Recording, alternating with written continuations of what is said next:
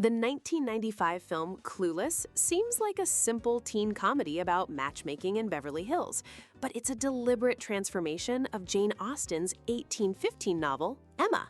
This is a perfect example of textual manipulation, the process of taking a source story and deliberately changing it for a new time, a new audience, or a new purpose. These transformations can be radical. Think of Jane Eyre. We only ever see the world through Jane's eyes, but the novel Wide Sargasso Sea retells the story from the perspective of the marginalized mad woman in the attic, completely challenging the original's colonial assumptions. It proves that whose perspective is centered determines the entire meaning of a story. Manipulations can also be ideological.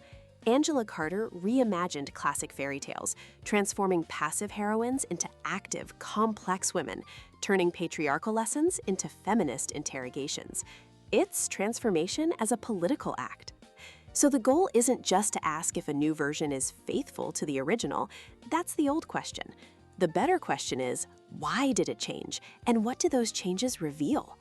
A creator might want to update outdated values, explore a gap in the original story, or simply experiment with a new genre, like turning Pride and Prejudice into a zombie apocalypse.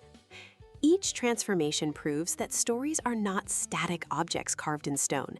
They are living cultural conversations. Every adaptation, every perspective shift holds a mirror up to the time it was made. It shows us what themes are truly timeless, and more importantly, what values, anxieties, and ideas define us right now.